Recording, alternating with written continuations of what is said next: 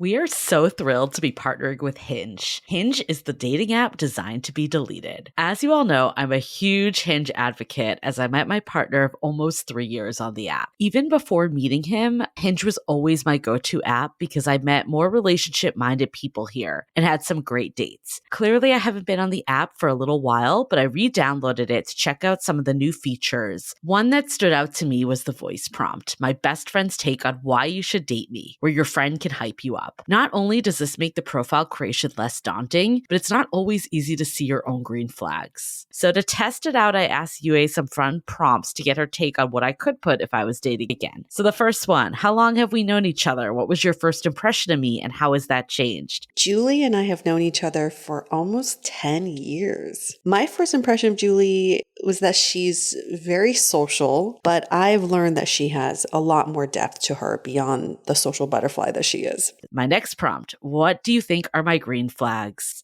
I would say she's deeply loyal. She believes in love, curious mindset, and she is fearlessly ambitious. And then last but not least, what kind of friend am I? Julie is the kind of friend who will always have your back, no matter what. Damn, that feels nice to hear. So download Hinge and try voice prompts today. Then find someone worth deleting the app for. Hi, I'm Yue Xu. And I'm Julie Kraftchick. We're active daters turned dating sociologists. Here to dive into everything modern dating and relationships. Welcome to the Dateable Podcast. Hi, Dateables. Welcome to another episode of Dateable, where we discuss everything about modern dating. But this time of the year, apparently it's time of the year for SantaCon. Julie, I saw your posts and I was like, holy shit. Okay. This is still happening. I want to clarify, I didn't actually go to SantaCon this year. I just watched I know. I did wear a Santa hat. So SantaCon, for anyone that's been living under a rock, is basically an excuse to day drink all day in Santa attire. You wear the gingerbread outfit. I saw some dreidels going, sexy Santas. You got everyone in there. I did SantaCon for many, many years, and I was actually talking to some girlfriends about this, like the group I used to always do it with. Okay, so everyone hits that point in SantaCon that you're like, never again. It's amazing for a bunch of years, and then you hit that point. Maybe you had like one too many drinks or something went awry, and you're like, nope, I'm done. I hit my point. I gotta move on. So we all went there. Every year when I see the Santas, I usually get annoyed by them because I've hit that point. But this year, I actually got like kind of sentimental towards them. And I was like, it's all these youngins enjoying life, having fun, drinking on the street, just joyous, you know? And I'm like, I wanted to just kind of observe them. Like I kept trying to be like, let's go into a bar just to like see them in their element. But you didn't want to partake. You were just more like reminiscing. I didn't want to partake. Also, I had a terrible stomach flu all week, which I told you about, Yue. So the last thing I wanted to do was go to SantaCon. I actually, unfortunately, had to cancel my favorite event of the year, the crab feed, which is my holiday go-to that I've continued to go to for years. And even last year, we established that it's the perfect event for, I don't want to say older people, but I guess people that aren't doing SantaCon. Yes. So no, I didn't do SantaCon. Have you done SantaCon before, or have you just lived vicariously through people? No, I've done SantaCon many times in New York, and it's always such a shit show because I think, the beginning of it's always fun because you're day drinking and everyone's still coherent. But I think the saddest part is like come 2 a.m. and all the drunk, half-naked Santas sprinkled all over the street who are lost, vomiting. You're just like, this is really sad. And I often wonder about kids who grow up in big cities where they witness SantaCon, if they're just like so grossed out by Santa Claus. Like they probably grow up with such a terrible view of Santa. They're like, no, please don't come down the chimney. Like, stay out of my house. Oh my God. So I feel like it's in pretty much, what is it, like every major city that it's in now? I learned actually it originated in San Francisco in 1994, I believe. I did not know that until recently. Like, I don't know why I thought it originated in New York. I had never personally seen it until I moved to San Francisco. ago in 2009. I remember I left my house just thinking it was a normal day, had no idea that I was about to see like hundreds of Santas come from every angle. And I still kind of live actually near a street that's really prone to SantaCon activity, Polk Street for all the SF locals. So I don't live far from there. So we just walked down that and saw hundreds of Santas. I think it's still kind of fun to watch just because everyone is dressed the same and it just feels very festive. It's just the drinking that really ruins it for me because people are drinking from noon until whenever they pass out. So it just gets more and more disgusting as the day goes on. We used to have a SantaCon pre-party at my house because I didn't live far from that main street. And we had it for years. It was a brunch. So 12 was ambitious. We started drinking probably like 9, 10 a.m. Oh my God. We didn't make it close to 2 though. I feel like by like even 5, 6, people were starting to fall apart. 8, 9, that was bedtime. But I could see New York being a little later start. That's so wild. You're like, your day is shot, you're just done. But memories. Yeah, memories, exactly. I have so many good memories from SantaCon. In fact, I found the most embarrassing photo of my roommate from my roommate of like 5 years I went to college with. It's that one photo that we all make fun of her still for to this day. It's from SantaCon. And Facebook was so gracious to remind me of it today. It was like, you ever get those like pop-ups that's like, in case you forgot this memory? I'm like, thank you, Facebook. This will never get old. I screenshotted it. I sent it to the group text. Yes, SantaCon is the root of many memories and many memories that you don't want to remember. Yeah, it's been all the holidays up at this house. So it's actually Hanukkah. Hanukkah comes early this year. It always throws me whenever that happens. Like it feels weird that it's so before Christmas this year. But yeah, Hanukkah is almost even done by the time this will air. It's a nice lead up to all the holidays. Like, like you do Hanukkah first and then you just keep celebrating after that. Yeah. So happy Hanukkah to all of our listeners that celebrate. It's been really fun, like lighting the menorah this year and having our Christmas tree. We're doing all the holidays in here. And, now that I've recovered from the stomach flu, I will be doing potato Luckies this week. So we're doing it all. Oh, definitely show us on IG. I want to see what your cooking looks like. This is actually kind of a ridiculous story. I don't know if I told you this, Yue, but like a few years ago, I had a Hanukkah party at my house with a few friends, like some of our girlfriends that you know as well. And one of our friends, Deb, she had her baby over and she was like, can I use your towel to like, clean my baby or whatever? I don't know if that's the right term, but anyways. Whatever you do with babies. Whatever you do with towels and babies. I lent her a towel to like wash her baby up. And then, like everything went out well. Like we had the celebration. The next day I look in my hamper. There's like this really gnarly towel. Like it's like brown. And I was like, did the baby poop in the towel? Like, why would she do that? Why would she not tell me? I was so disgusted. I took the towel. I like threw it down the trash chute. Like I was just like, I can't even. This is so disgusting. And then I went to tell my partner and he was like, I used that towel to wring out the potatoes to make potato pancakes. Oh my God. To make the potato lucky. I was like, thank God I didn't confront her. Because, like, can you imagine if I was like, why would you not clean up after your baby? That is so disgusting. Wait, so you have to wring it out and then it leaves a brown stain? Apparently, it's actually quite difficult to make potato Luckies. It's something that I typically buy because it's hard, but my partner loves cooking, as you know. And your partner's good at making them, right? Yeah. I mean, it was the first time he ever did it. He just likes cooking and like following recipes. So he did it. He went to town. I mean, you could probably do it. You don't have to do it like a towel. You could probably do it like paper towels. I've never seen anything like this before. It was ridiculous. Yeah, he's like, you could just throw that through the wash. It would have come right out. I'm like, communication. This is when you need communication. I mean, now we know. We can go to Julie's house, shit in her towels, and just blame it on the potatoes. I like that's what you got from this.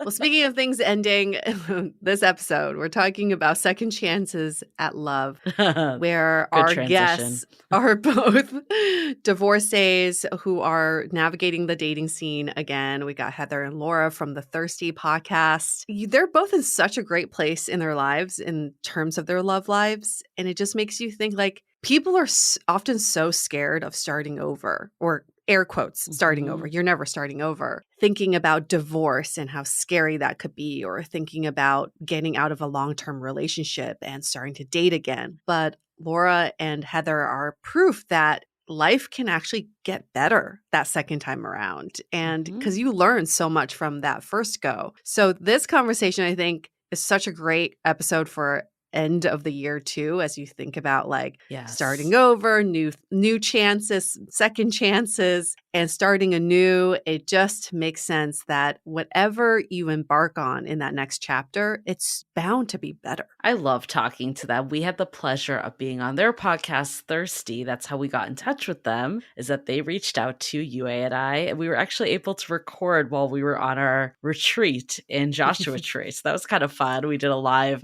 recording, so make sure to check that out too. But then we were discussing with them, we're like, okay, we want to have you on the podcast. What angle can we do? Like, what can we talk about? Like, we've talked about divorce before, and we know a lot of you divorce listeners love that topic, or maybe you don't anymore and you're like, I don't want to talk about divorce. I want to talk about like what's next in there. And when they were talking, we were like, there's something here that's so interesting of this concept of like second shot at love. And when they were mentioning, I think there's one thing that they've said that has stuck with me that's been so fascinating is like, we should all get divorced before we get married. And it's a true testament of just like how much they learned from divorce that sets them up that much better this time around. And yeah, of course, like everyone doesn't need to go through divorce to have a happy relationship. But I think there is something there of like, you need to learn what doesn't work. And just because something didn't work, it doesn't mean it was a failure. So even if you weren't divorced, you probably have had that heartbreak or that relationship that didn't pan out the way you thought it was going to. And that's okay, because like all of that just helps you learn what you want, what's important to you. And that's when you actually meet the right person, when you know all that. Right. Everything is just a building block to that next chapter in your life. And both of them will express that they don't regret their marriages. They both were on the marriage train. And I think that is so resonant with a lot of our listeners, is that you think this is how life goes. I'm going to get married. I'm going to have a few kids. And both of their dreams were crushed when they both got divorced. And they thought, well, like I built up my adult life for this, and now that's gone. What is it that I actually want in a relationship? And so they were both able to take a step back and to answer that with more intentionality, other than just being in a white wedding dress and, getting married. That's no longer the answer. Or is it the destination that they're looking for? Yeah. And this is definitely not like an anti-marriage episode in any way. I think the reality in today's world, though, is that it's never a guarantee. Anything. I'm going to bring this back because, as I mentioned, I had a stomach flu and I watched a lot of TV this week. And I binged the entire season of Golden Bachelor, it was good. I'm going to tell you, it was good. And I am not a Bachelor fan at all. For years, I've been like, I don't like Bachelor. I'm not into it. But this one, there's something about it that just like hit differently. I'm clearly not a hot take. I'm not the first person to say this, but there's something very endearing about people that are in their like 60s and 70s looking for that second shot at love. And like The Bachelor, like he lost his wife, and clearly that was an unforeseen circumstance, something he never thought was going to happen to him. And it doesn't mean that he should be alone forever. And of course, like mourning her, he did, but 6 years later, of course, like he wants to move on and find that love again. And it just shows you that, you always can find yourself back into a place, and the only constant is yourself ultimately, and what you do from each experience. The angle's so fascinating because it's not a buildup to, oh my God, we must get married. Like the regular Bachelor seasons, Yeah. it's always a buildup to that final engagement and getting married because most of them have never been married before. But I find with the Golden Bachelor, or at least from the first episode I watched, that wasn't the ultimate experience or the ultimate goal. It was just about finding love and companionship again, which is like actually the whole point of finding a partner, right? The whole point of dating, the whole point of like, if you want to get married too, is finding that connection and love, not just the wedding itself. Because I'm not like a Bachelor watcher, I am not a Bachelor Nation, and I wasn't sure if this was just a Bachelor thing or like Golden Bachelor thing, but I did read a few Reddit boards and realized that it might just be Golden Bachelor specific. But he really wore his like heart on his sleeve in ways that like I feel like I haven't seen other reality shows do. Like it feels more, I mean, of course, there's still like an element of TV here, so I don't want to say like totally genuine because who knows, but at the same time, like it felt like him and the other people were putting it out more, like their feelings. And I wonder if it's just like this second shot mentality. It's like I've already gone through it, whether that was because, you know, you're a widow or because it didn't work out because of divorce and it wasn't the right person. But it's kind of like I've already learned, I've already taken that road where maybe I don't put myself out there as much or show my true feelings. And I'm just like in a totally different place of just putting it all on the line this time around. Yeah, I do really appreciate the honesty they bring and none of that game playing because it's like they don't have time for bullshit. You know, they're in their 60s and 70s. They're not trying to play games And a here. lot of them said that. Yeah.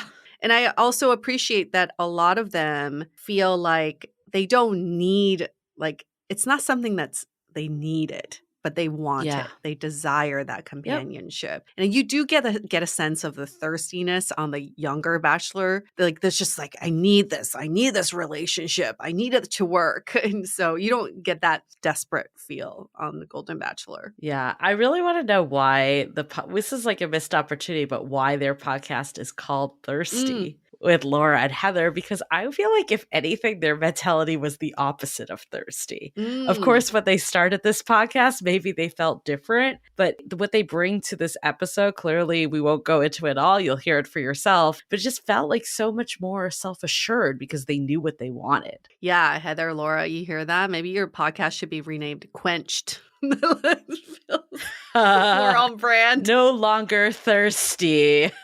Fulfilled. Glass fully full.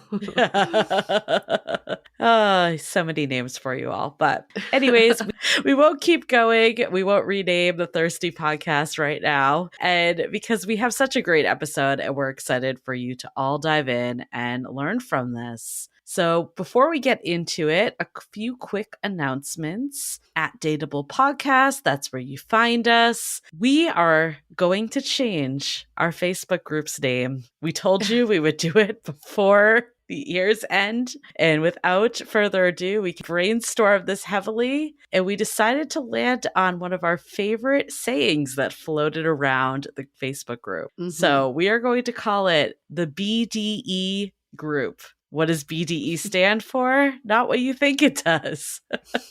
Big Dateable Energy. So we have the Big Dateable Energy Facebook group. That's where you can connect with like-minded dateable listeners. Look for that on Facebook. We will be making that change. And we'll attract all kinds of people. And we're very much looking forward to all the new members who may be joining without reading what the group is about.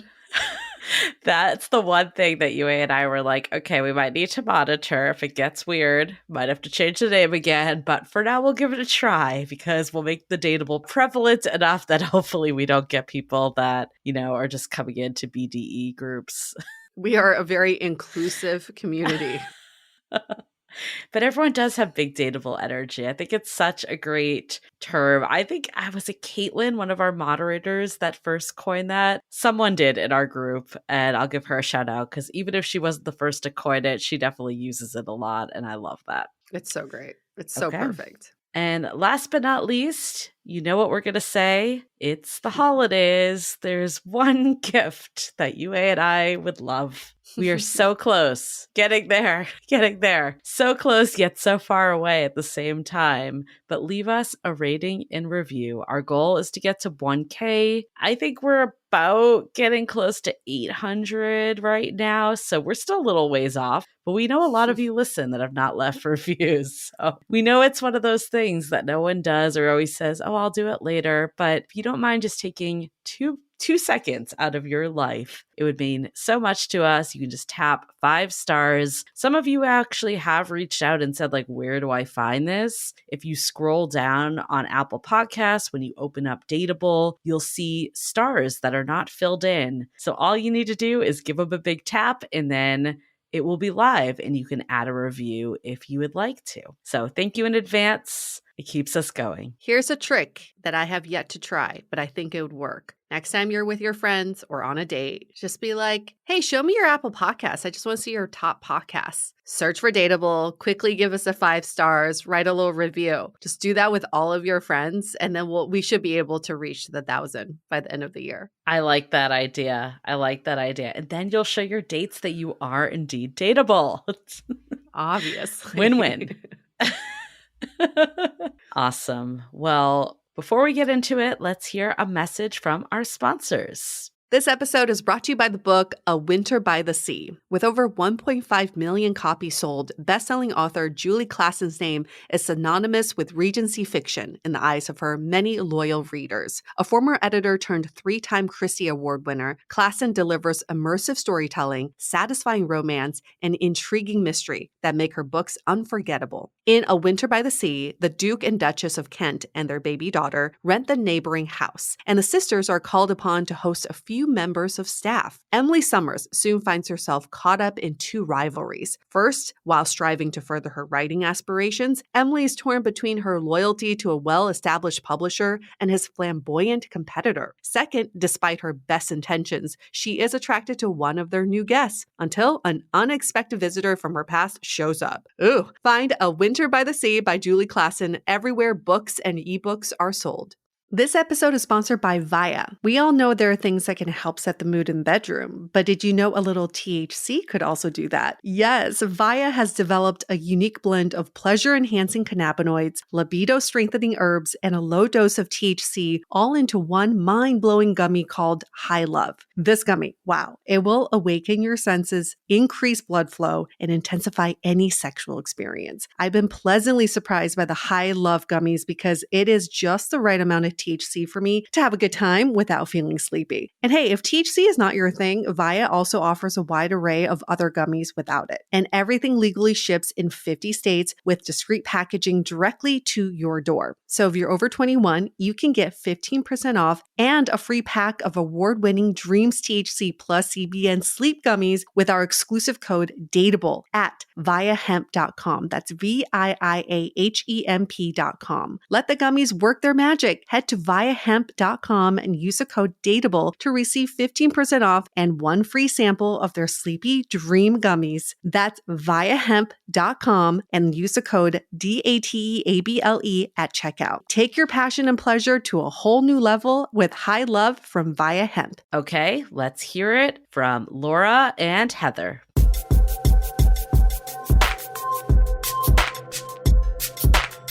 Sometimes you learn that your checklist doesn't really matter, especially after you've gone through a divorce. Actually, after divorce, you might figure out a lot of things don't matter, and the things that do matter surface. So we're talking to our guests today, Heather and Laura, about a second shot at love and how that's changed the way they've looked at dating, relationships, and marriage.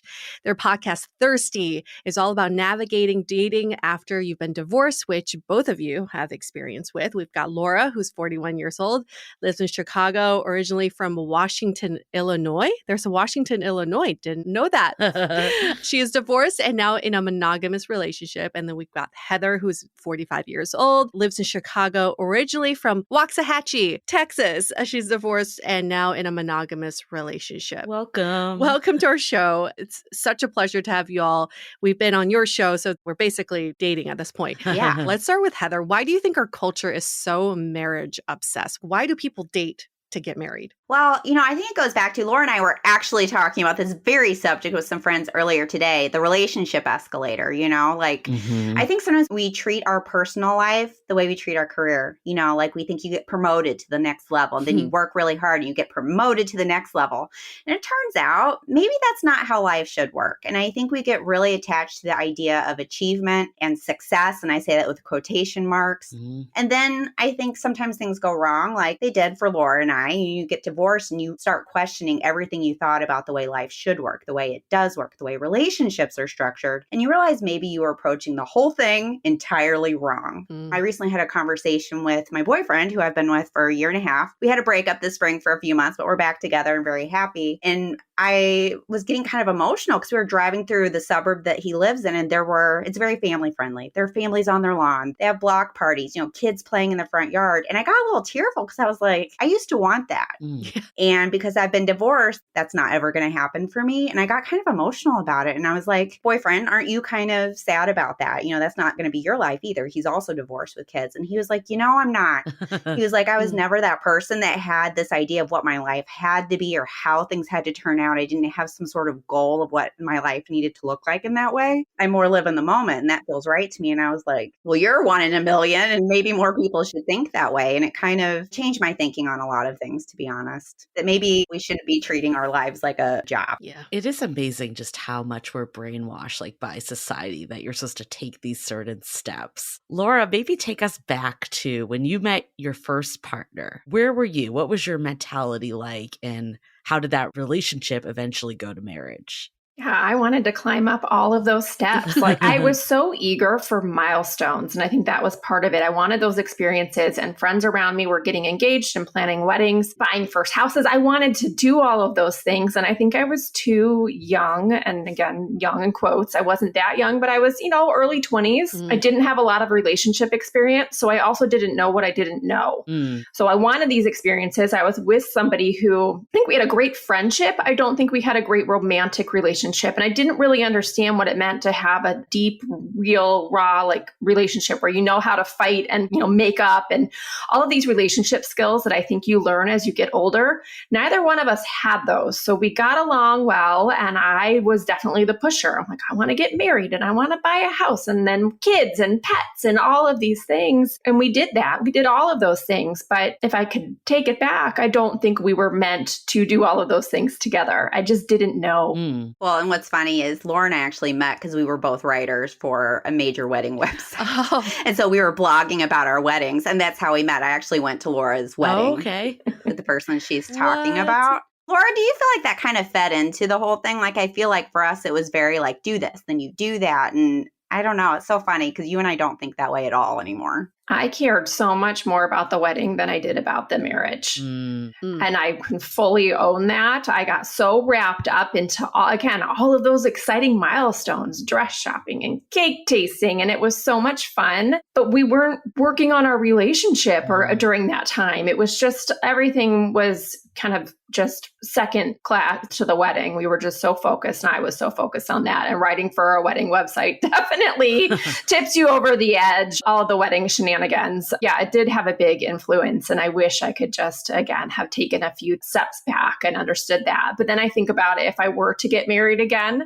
I could care less. I could care less about the wedding because I understand the relationship pieces now that I just didn't understand when I was 26, 27. In your 20s, you do get really wrapped up into lots of different things. It's very easy to do so. Heather, thinking back to when you were dating with a marriage lens on, how did that influence the way you date? I mean, I know my biological clock was ticking. I mean, I don't know that people talk about that as much either, because I think that is a very real thing that people who would like to have babies or to have children, and you do think about that. And I I say a lot. I wish I would have gotten divorced before I got married because my mindset is so totally different after going through the process of divorce, and everything I've learned and everything I thought was true was wrong, and everything I thought that I knew about myself was wrong, to be honest. But I know when I was dating, I really thought about it like, I need to do this so that that happens. Like, it was very strategic, and I did love him, but I don't think I thought critically. I think at that point I was so young and naive that I thought if you love someone and you're committed to them, you will force it to work, you know? And I'm a marathoner. I'm one of those people that like, I have a goal and I am dogged and determined and I will not quit. And so I never saw myself getting divorced. I thought, you know, no matter what happens, we will figure it out. And I kind of had blinders on, and there were some obvious reasons why we shouldn't have gotten married. And I think both he and I just ignored it. Whereas now, I bet you he would say the same. He'd be like, ooh, that was a reason to not get married.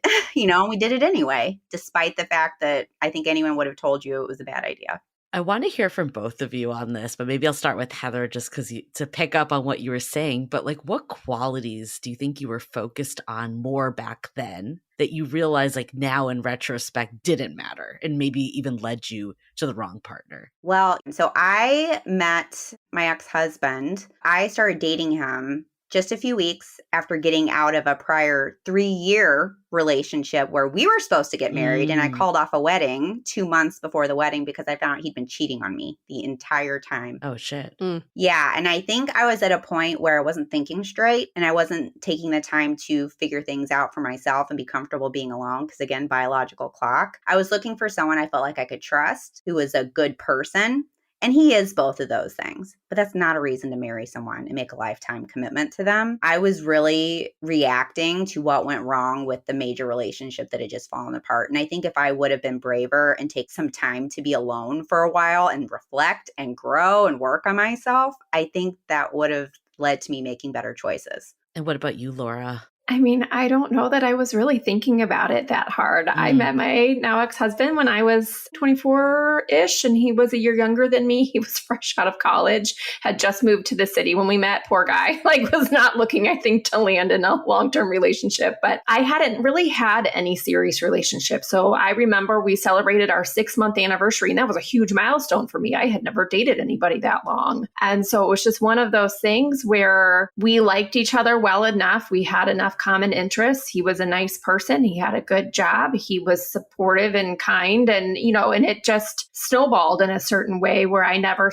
looked up to say, is this right for me? Is this right for him? It just continued. And again, I was so focused on milestones that I never stopped to really like reflect on, is there any depth to our relationship? Do we want the same things? We did not have any deep conversations. We just got along well enough to continue staying together. This kind of brings me back to, Laura, you and I also just talked about this, about the whole good on paper thing. I think both of our exes were really good on paper, and they're good men. You know, like that was not an issue. There's more to it when you're making a lifetime partnership decision. I think people don't think hard enough about it. And I think sometimes people don't stop to think, maybe I shouldn't be getting married at all. Maybe that's not something I have to do. It's like there's this this relationship escalator that's been set up in our society, and we think we've got to be a part of it. And I think if you would have asked Laura or I before we got married, do you feel like you have to get married? Is this something you have to do in your life? We would have said, oh, no, not at all. But I don't think that's what our heart really believed. Our mouths said one thing, but our action showed something else.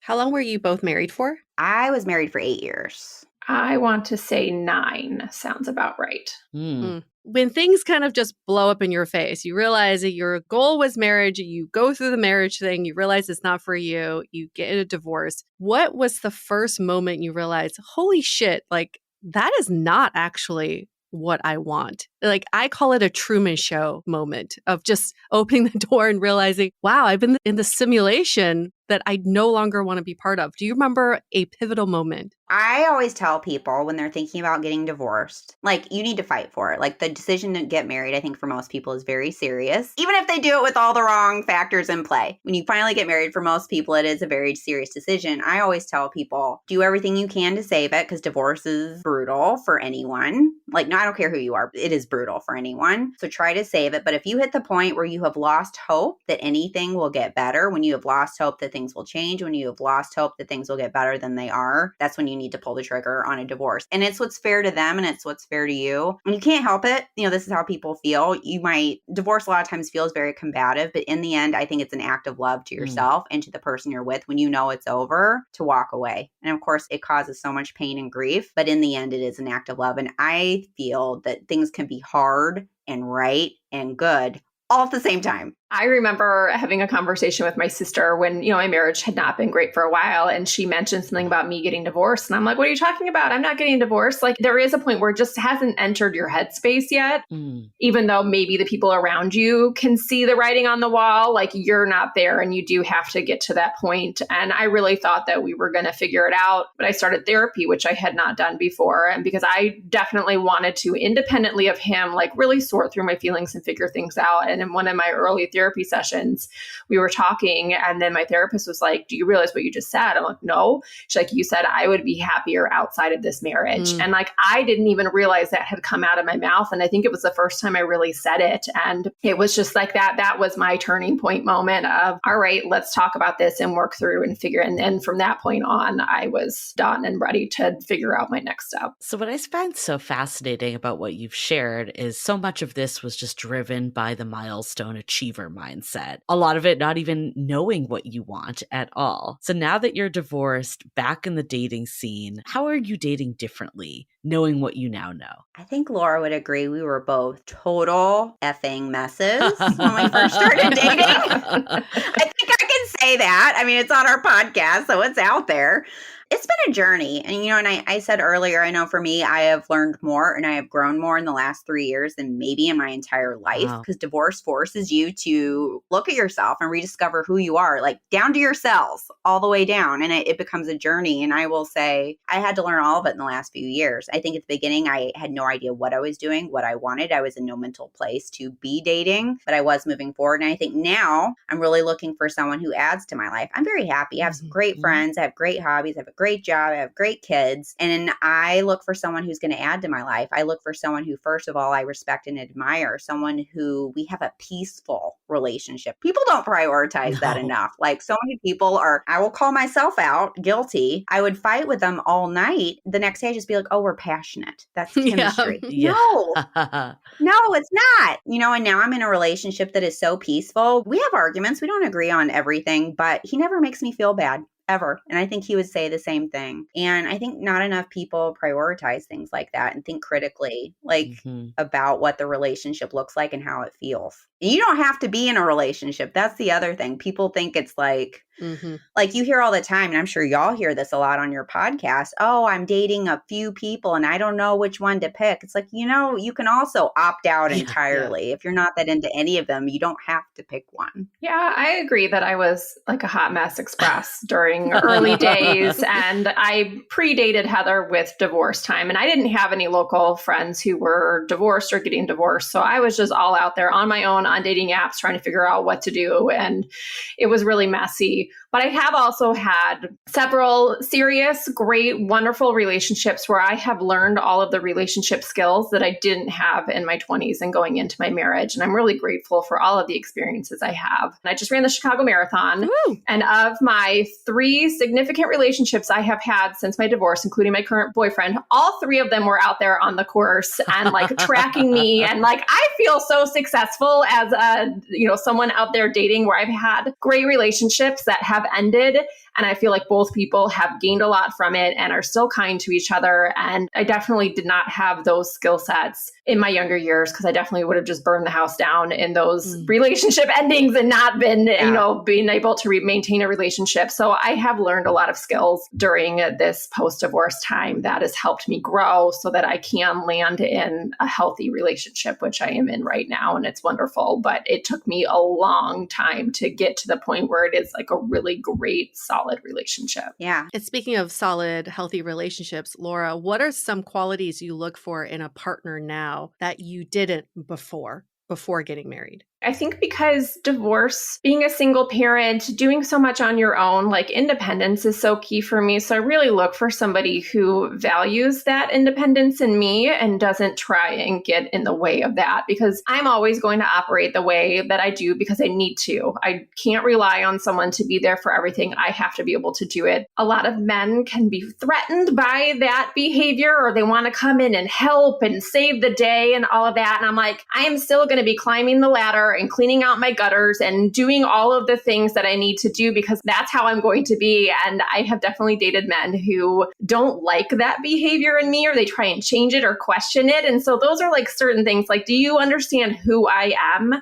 and can support me, or are you going to try and change me? So that is kind of the marker of, you can spot that pretty quickly, I feel like. Although I do think divorced moms take this too far. I definitely take it too far in that you will never catch me asking for help, even when I legitimately need it. Like, I just won't. I mean, I'll call out Miss Laura over there. She dragged a dining room table all the way to the curb by herself. People offered to help her and she said no. My neighbor's like, can I help you? I'm like, no, I've got it. And then under his breath, he's like, wow, you're really strong. And I'm like, because I just can't give in and ask for help. Like, I just can't do it. I was out of town and I came back and someone had mowed my lawn. They had gone in my backyard and mowed my lawn. They had gone so far as to water my plants. And I called Laura and I was livid. I was like, what if my neighbors thinks I'm a single mom and I can't take care of things myself? And then Laura and other friend were like, do you think your boyfriend did that as a surprise? I was like, no, why would he do that? He lives an hour away. Sure enough, he had come over and mowed my lawn. And I was like, why did you do? And I said this nicely, I promise. I was like, well, why did you do that? And he was like, well, I could tell you needed some help and you weren't going to ask me. So I just decided to just do it. That's so sweet. And I was like, that is so sweet. I am getting better though. Yeah. I mean, Heather, you brought up something so interesting earlier about like peace and prioritizing that in a relationship, and how so many people don't prioritize things like that. We actually have a term for it that we call like the settling paradox, that people refuse to not settle for someone that's like under 6 feet or has like 100K paycheck or whatever it is, yet they'll settle for situationships or bad treatment in relationships. Yeah. Why do you think, I mean, we clearly have some theories too, but like, why do you think that people don't prioritize stuff like peace or security and safety, like the essentials of a relationship, as much as they maybe should? I think there's a few aspects to it. I think one, a lot of people don't know what love is. Yeah. Real love. I think they take chemistry and call it love. Yeah. It's not the same thing. I think when you get into a relationship that is peaceful and happy and there isn't something toxic happening every other second, guess what? You have to look at yourself and you have to look at the way you're coming to the table. I know for me, I picked really chaotic relationships for a long time because guess what? They were always the clearly bad one. And I was always the angel and I could like sneak in under that. And I started dating my boyfriend. I remember this conversation with Laura. I was like, Laura, I think I'm the bad one now. And she was like, I don't know. You know, but I mean, that's what happens. And I think subconsciously people avoid those peaceful, happy, non-roller coaster relationships because they think it's boring because they're not used to sitting with themselves. And nobody wants to look at themselves and say, oh, I have things to work on. Maybe I'm not a good communicator. I think the biggest thing I learned coming out of divorce is I'm not the communicator I thought I was. And if I had the communication skills that I do now, I might not have gotten divorced actually. That's fascinating. Well, that's interesting. Do you have any theories, Laura? Yeah, I mean, I do agree with the kind of passion aspect, and people get that so confused. And so a lot of chaos and big fights and all of that happening, I feel like that ends up feeling quote unquote sexier than, again, the calm, quiet, stable person. Like that's not as sexy, right? They're dependable. Or, I mean, I've seen a lot of TikToks of like why you should date the nerds. But it's kind of true. There's like that often quiet, calm dependability that we are not trained to find attractive. Yeah, because we're trained to think butterflies, which is really anxiety. Yeah. Equals chemistry and attraction. It means passion. When the butterflies just means you're sick to your stomach because you don't know whether this person likes you back. You don't know where this relationship stands. It's all the unknowns. So it's retraining the attraction based on how you feel in your body. We love to ask our daters, what's your dating why? And for many of our daters who haven't been married, their dating why is to get in a relationship and get married. For you too, what is your dating why? now? I think for me, it's partnership. And again, I don't equate partnership with marriage, but just like having a strong partner where, again, I like to plan things. I like to have somebody that I can set goals with. And again, those don't have to be marriage. Like my goal isn't marriage. It's more of life experiences and growing with someone, whatever that looks like. And I think I've been learned to be more flexible on that part, because straight out of my marriage, I was dating probably to try and get married again, because that is what I knew and that's what was very comfortable. And now that I have some years away from that and I've grown in the ways that I have, like that marriage isn't my end goal, but having a really strong partner that I can build a life with, whatever that looks like, for me is really what I'm looking for. Yeah, I think my dating why has become that I'm looking for real, true, meaningful, vulnerable, passionate love.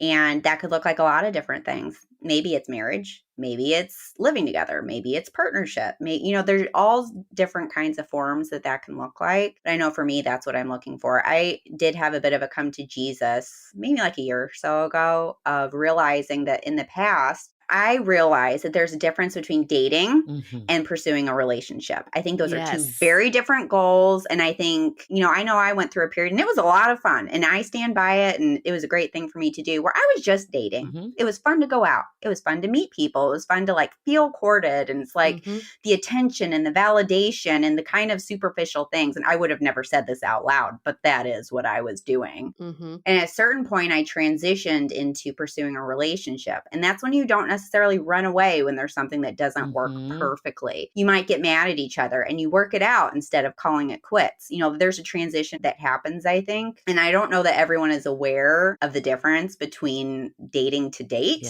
and pursuing actual, meaningful, deep relationships. Those are two different things. I love that distinction. I think there's also a big distinction of a relationship and a partnership. I think that's also another distinction. And what I hear both of you describe is more of a partnership. Like, how did you get from, where you were as hot messes, marriage is the only goal, to being so insightful on your why? A lot of bad dates.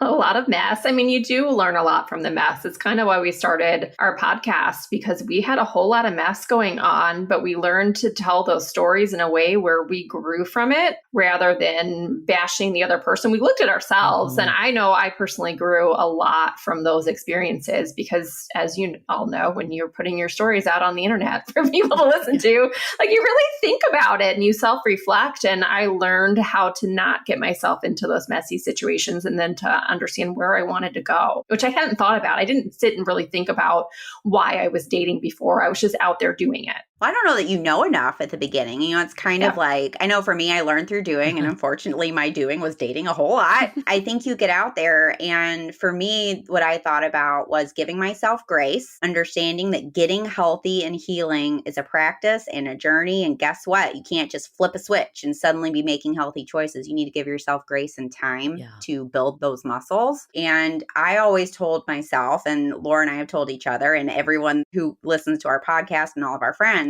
that it's okay to be messy. It's okay to be in a mess. It's okay to have days where you can't get out of bed. But what you do need to be doing is moving forward. Maybe they're just tiny, tiny little baby steps, but don't get stuck there. You do need to be moving forward no matter how slowly. Just don't get stuck back there. That's how you meet all of these other daters out there. I met many men that they never moved forward out of their bitterness and spite, and you could see it. I don't want that to happen to me. That's a great way of putting it. It's just you're still taking the steps. As long as you're moving forward and progressing, whoever's along for the ride, that's great. If they're not, then you're not aligned. Yeah. Let's hold that thought for a quick message. As you know, I recently left my corporate job and I've been in total recovery mode, all about self-care. One of my new routines is the nighttime shower before bed. There's just something about washing away the day and that reflection that's been super helpful for me. I've been using one of our partners, Osea's Mega Moisture Duo. This combo body oil and body lotion are so freaking incredible. It literally feels like I'm at a spa. I realized that the secret is seaweed and other skin level ingredients that are normally reserved for face products. And that's why I was so excited when Osea became one of our partners. And, we're so grateful for partners like this because one, they keep the show going, but they're also super good for all of our listeners and for our own well-being. So if you want to have that nighttime bliss like I am doing, you can get 10% off your first order site-wide with code DATEABLE at oseamalibu.com. You'll get free samples with every order and free shipping on orders over $60. So head to oseamalibu.com and use the code DATEABLE for 10% off. Let us know which products you end up going with. Share them in social. Super excited to see what you end up choosing. This episode is made possible by Armoire. Armoire makes getting dressed easy. With a clothing rental membership from Armoire, build the perfect wardrobe with brands that are high quality, unique, and recommended just for you. All you have to do is take a 5-minute style quiz and select items from your dynamic, personalized closet. The styles show up at your door in as little as 2 days. Then when you're ready for new clothes, just swap them out. Listen, I live in Southern California. There is absolutely no need for puffer coats or any sort of those winter jackets. But when I travel anywhere else in the world in these cold months, I'm often burdened with the task of getting winter clothes. And now with Armoire, I can just rent my winter wardrobe. It's brilliant. Right now, our listeners can give Armoire a try and get up to 50% off their first month. That's up to $125 off. Just visit armoire.style/dateable. That is armoire.style, spelled ARMOIRE.style/DATEABLE to get up to 50% off your first month and never worry about what to wear again. Try Armoire today. We have a lot of listeners who are starting over again, quote unquote. You're never really starting over, but starting to date again. Maybe they've never been on an app before because they've been married for 20 some years, or they just got out of a long-term relationship, or they've just never really dated. What is some advice you would give to someone who's just getting back into dating, feeling very overwhelmed by, do I need to create profiles? Do I need to do this and know all the rules? What is some advice you would give to them to ease their fears? I just think it's so tough because we know how hard it is, just so hard. And I think understanding that it is going to be a journey and it is going to be challenging and it is going to be hard to feel safe or trusting. I think dating apps teach you to not be so trusting and to really have your guard up, and understanding that balance of when you can let that guard down. And I think that's really hard to navigate early on. Heather, you have, I'm sure, plenty to say. I'll frame it kind of like this, because most people that are just starting to date are total messes and you can't tell them anything. They're going to do what they're going to do. I saw a stand-up act once where someone's like, oh, divorced women, they're like Chernobyl, really hot, but you just got to leave them alone for a few years. That's accurate. That is not wrong. So to a degree, everything I'm about to say, they're not going to listen to me. So I have a wish. About a few things. I think about self-care. When we talk about self-care, we usually see it on social media like, oh, this new candle, oh, bubble bath, oh, glass of wine. Okay, I enjoy doing all of those things. But real self-care is actually caring about yourself. Going to the doctor, flossing, getting your mammograms. When you start dating, not doing things you don't want to do, wearing protection. So many divorced women do not use protection, and STIs and unplanned pregnancies are up.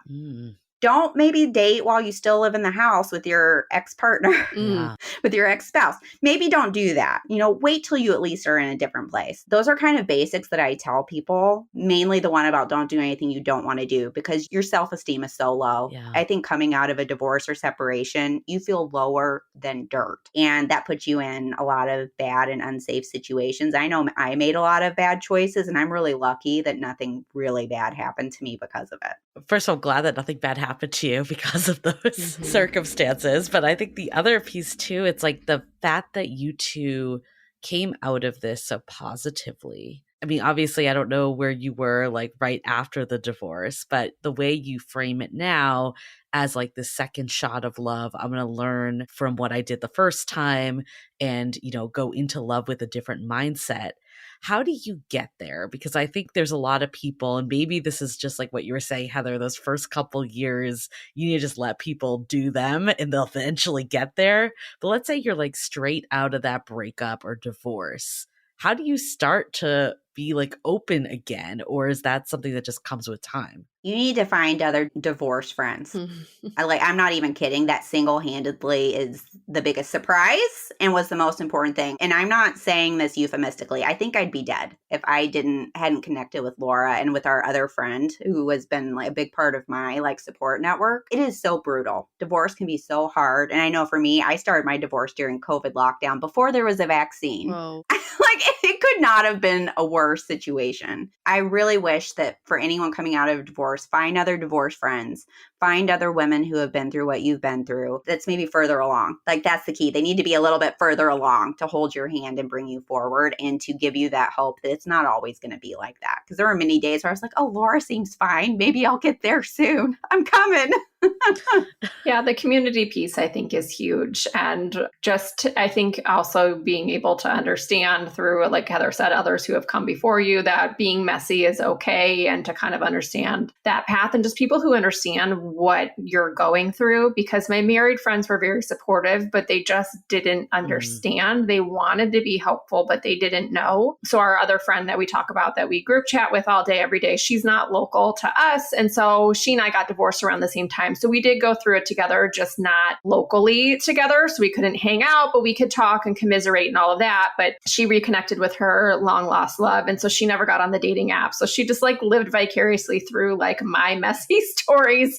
And I'd go out on a date and I would text her like where I was going to be. And in case I didn't come home, she could contact someone else and they could find me, because I didn't have anybody locally, even for like a safety plan, because all my friends were married with kids in the suburbs, quiet lives. And I'm out here going on all these Tinder dates. Like it's really hard to be on your own doing that. It can feel very isolating, or you're doing something wrong, or it's bad. But once you connect with others who are in the same boat, like they just get it. Yeah. I think the biggest mistake people make coming out of divorce is they think that, and I thought this, that you need to fix your love life and your approach to love. It's so much bigger than that. I know for me, it impacted everything, absolutely everything in my life. And the biggest surprise and gift has been the other women I've met along the way and the community we've created. It's been such a gift to me, way more than the dates. I love my boyfriend. I love you. What about your views on love? Any changes in that category? Commitment doesn't fix everything. You know, like I used to think like, oh, we're getting married and we're just not going to get divorced. That just won't happen.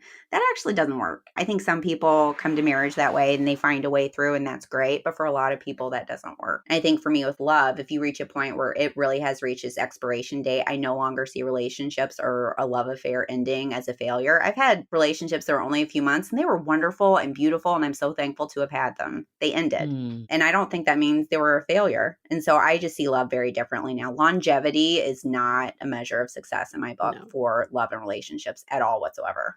Yet we're told that all the time, right? It's like everyone's like, how long have you been together? Yeah. And if it's like under a certain amount of time, people don't take it seriously. There's a lot to like unravel with what we've been fed for so long. I mean, I don't think I really understood what love meant before. I understood commitment, and I was very committed to my husband and my marriage and the family that we were growing and all that. I was very committed, but I don't think I actually, like from a romantic love perspective, understood it or understood what it felt like. And I think that's been a lot of my journey the past few years of really understanding that and what it means to me. And then I think in all of that process, I also learned to love myself, which I don't think I did before. And I think that has been the bigger gift of there is no better opportunity than to take this time in my life the past few years and get to know myself and grow as a person. And I think the more you love yourself, right, the better you are in relationships. And in my 20s, when I was, met my ex-husband and was trying to figure out all these milestones in my life, I felt so much validation through having a boyfriend, right? That meant so much more, that I kind of shielded me from all of the other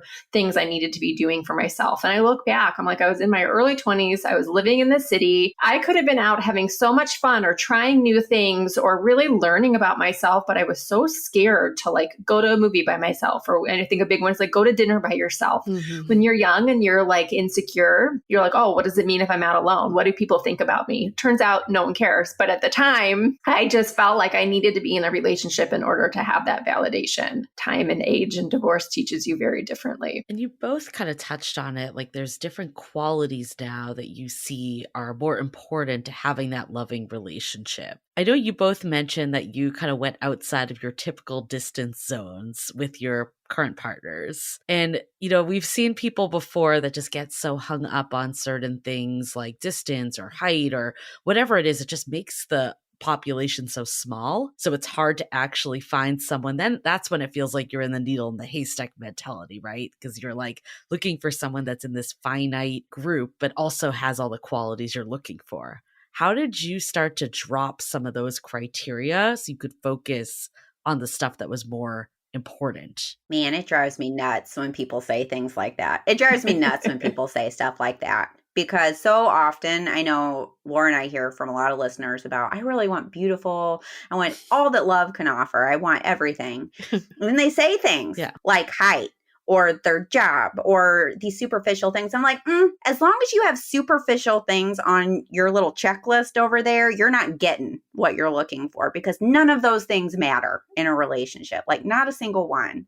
And it does drive me nuts. I know for me in my journey, I had a day where I was like, ooh, things like distance or things like this, that, and the other. I pulled it off, my little imaginary checklist, because I was like, does that matter for a real relationship? It matters maybe for dating. It matters in how I see myself. It matters in my superficial point of view. But once you start to grow and heal, you stop caring about that stuff, because you know what? It doesn't matter at all. Yeah, I was a definite distance snob. Like, I wanted someone to live so close to me because it's convenient and my life is busy and I don't want to have to be driving forever to see them. And that was quite honestly a top factor for me in dating apps. Like, I could give or take on height or profession or things like that, but like, how far are we? How many miles are we on Bumble? Like, what's going on here? And it was just so important.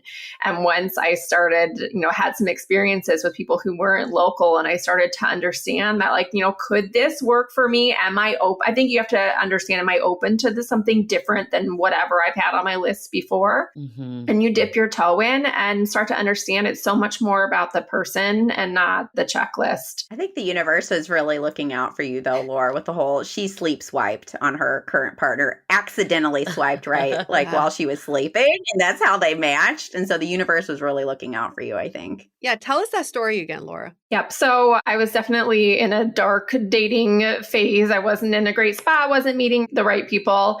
And I would never have swiped right on somebody who I knew wasn't local. Like, I'm eagle eyes on like, all right, what's your location and where does it say you are and all of those things. And I woke up one morning and I had a new match in my Bumble queue, and it was somebody from out of state. And it was very clear that he was from out of state. And I was like, well, I have nothing else going on that I'm interested in, and his profile seems fine. And so I messaged him, and we just kept, he confirmed he was not local and that he'd been going through he was at the airport and had opened his apps. And we just kept on messaging.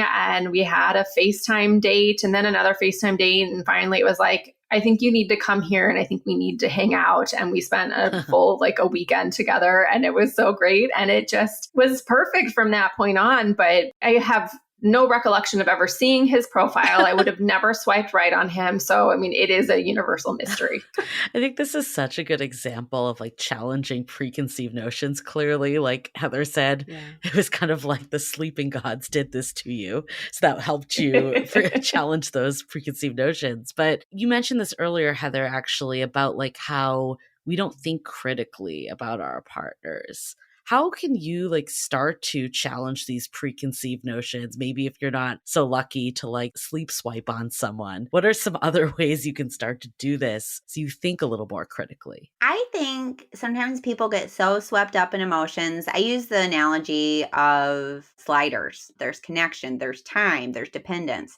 and they all need to go up at the same time. And I think it's always worth checking in with yourself and asking yourself questions. Can I trust this person?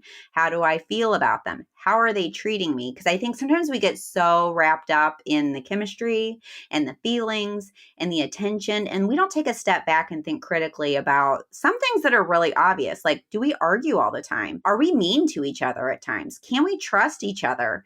Are we treating each other in a manner that I would expect? We even hear things that are way off the grid. Like, people will be in relationships with someone for years at a time and be talking about, oh, they're cheating. yet again. Maybe it'll be different next time. And that's an example of someone who is not thinking critically and wasting their own time. I think so many people don't think critically about whether this is actually working, whether it's actually what you want, whether it's actually good and healthy for you, because they know that means they might be alone. And for some people, they would rather be in a toxic relationship than alone. And that makes me really sad because things will never get better unless you start making better choices. And part of making better choices is thinking critically about your relationship and whether it's healthy, good, moving forward, growing, evolving. And we really need to stop and think about that at times and call it off if it's past its expiration date or end it if it's not healthy. And people just don't do that. We also have a lot of listeners who freak out about the marriage timeline. In fact, I just spoke to a good girlfriend of mine. She's been with her boyfriend they're at the 3-year mark, and she's like, I need a ring. And she's just like the most independent, strong-willed woman I know. And she's like, I don't know why this drives me crazy. And I don't know why with each passing day without a ring on my finger, it makes me more and more anxious. So for anybody in this position, which is a lot of people, what would you tell them? You need to be able to answer that question. Why is that important to you? You've got to start there. If you can't answer that question, you need to stay there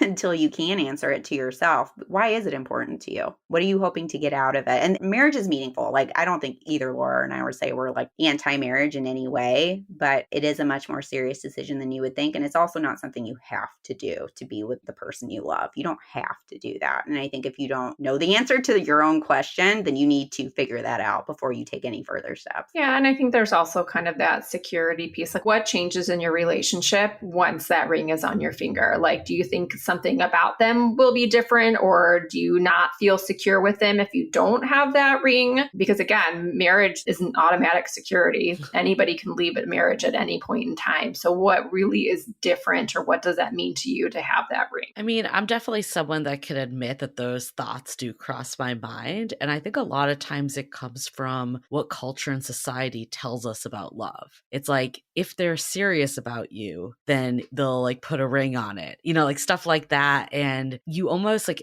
especially I think women feel this a lot, like you don't want to be taken the fool. So you're like, if I'm 3 years in and this person hasn't done this, what am I doing? I think that message is ingrained so much, especially for women. Since you've realized that message is not accurate, what advice would you have for someone that's feeling that? Like, how do you tune out the world saying that and actually feel confident in your relationship?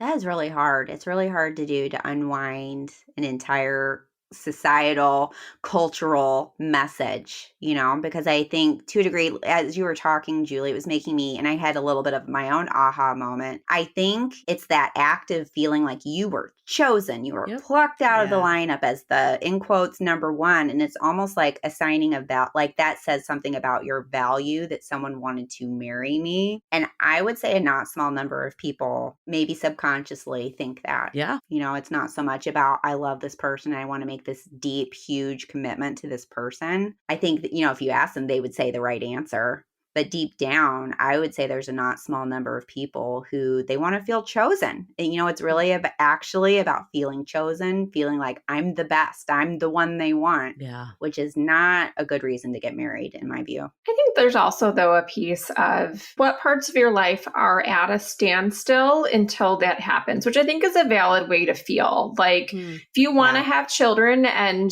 part of your value system is being married first, then that is important. And that timeline does matter, and kind of understanding where that other person's head is at. If you're ready and you want those next steps, and for valid reasons, what is happening on their side that they don't feel comfortable moving forward with it, or buying a home together. I remember my ex-husband and I bought a condo together before we got married, and my mom was like, what happens if it doesn't, if you don't end up getting married and you've bought this home together as unmarried people? And I was like, it'll be, all of this is so easy. Turns out it's not easy to undo all of those things. And it is important to think through those steps. But like, if it's important to you to figure out the marriage first before all of those next life steps, then I do think it is valid to kind of feel this kind of anticipation for that to happen. It seems like such a miracle for two people to be on the exact same page at the exact same time. So there's always going to be someone who's there first. And I don't want to invalidate those feelings. Like, that is something you need to pay attention to. And I would just encourage anyone to dig down into, where's it coming from? Because it may be something you love this person person so much and they're just not there yet, or maybe they're never going to be there,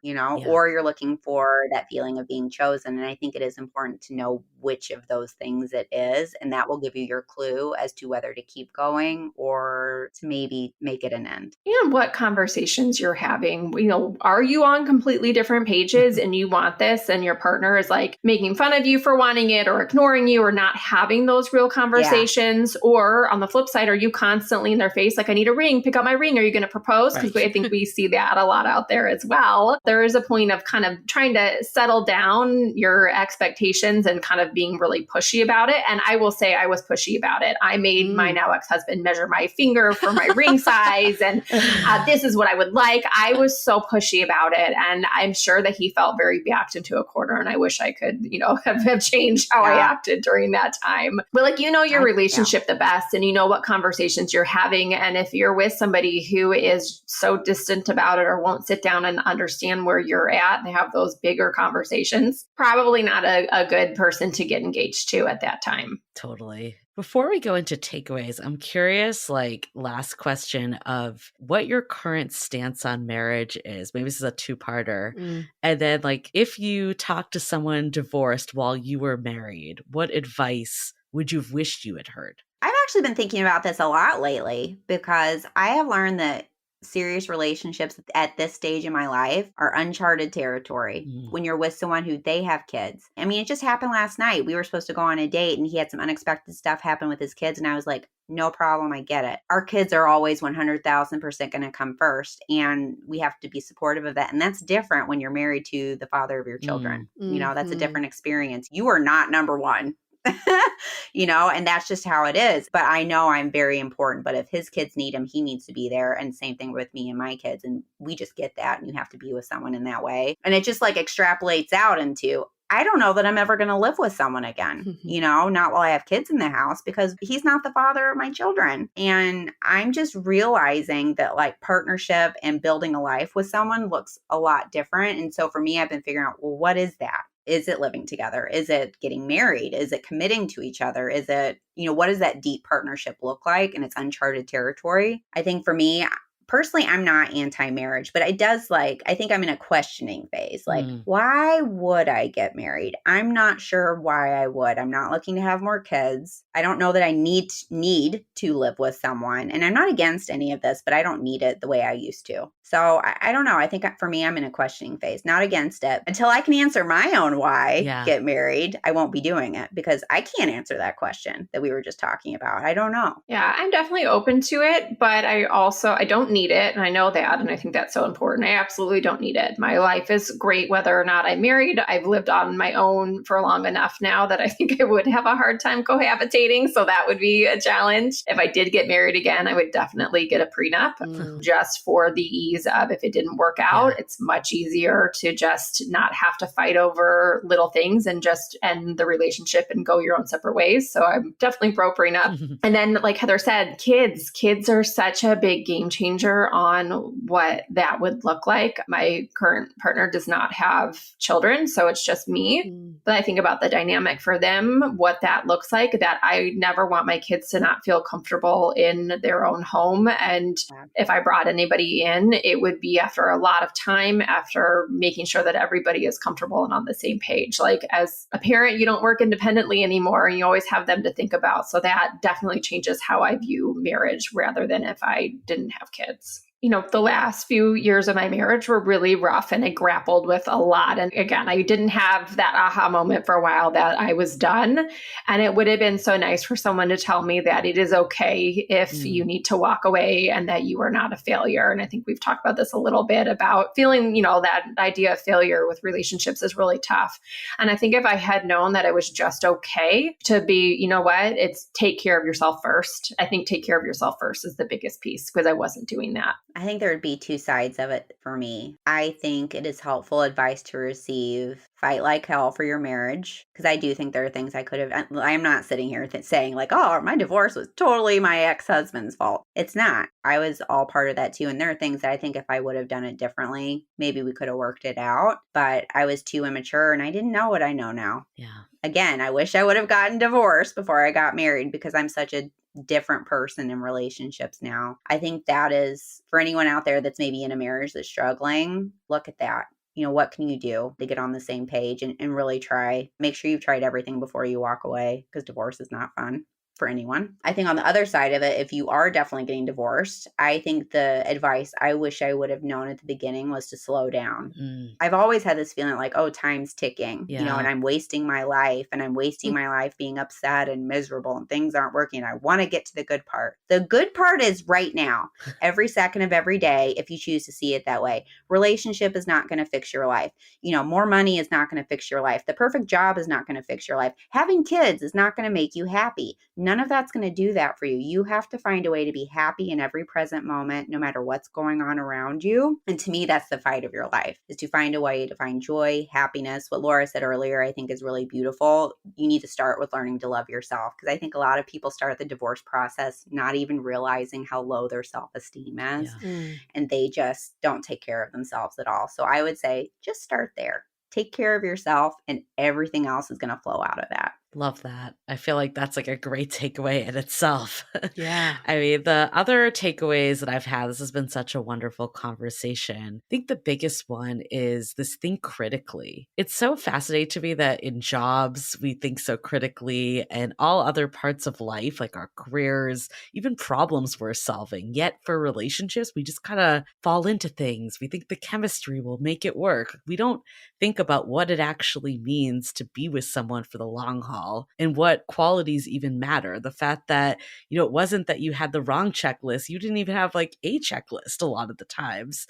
Or if you did have the checklist, it was with qualities that you've just been fed by society that you think matter. And then once you drop those, that's when you actually found the right people for you. And we hear this all the time. Like, this is such a common theme, yet for whatever reason, and I loved like what you said, we conflate love and chemistry as the same thing, and we don't know what that actually means. So it's taking a step back and asking your why. What is the why of why I want to get into a relationship? What's the why of why I want to get married? Or the why of why I'm upset I'm not married? Whatever your like stage is that you're in, digging a little deeper and challenging the preconceived notions and getting to the root of what is it that I actually want. And that might look different than like what UA wants, for instance. And that's okay. And that's where I think we've been so like fed that we need to just go down a certain path all this time that we don't like stop to think and carve out our own path. Yeah, I really truly feel like this conversation is like Finding Nemo. I think in those earlier years of dating, you're just this fish swarming. You're just like going with all the other fish. And then here comes Nemo, who's like carving out his own path and figure out like, why am I going with these fish? Why can't I find a home here or find friends here? And so the difference between the way you two are speaking now, that you've been through the whole marriage thing, and people who haven't, the main question they always have is, what's next? That's always a question in dating. What's next? When's the next date? What's the next milestone? What's the next act of service my partner can do for me, and vice versa? But now that you two have been through it, your question is, but why? There's so much intentionality and presence behind that question, because it makes you stop and go, but why? Why am I doing that? Why do I feel that way? I almost have to say, like, I think we can talk about this advice and these takeaways all we want. Part of me thinks people just need to go through it in order to know it. Yeah. Sometimes it's just like, maybe people who are so wanting marriage, just do it. Like, go do the thing. And then they'll realize, like, we can only say so much, but people need to experience it for themselves. But it's good to have those go into the marriage experience, having heard these perspectives of people who've been through it. That is it.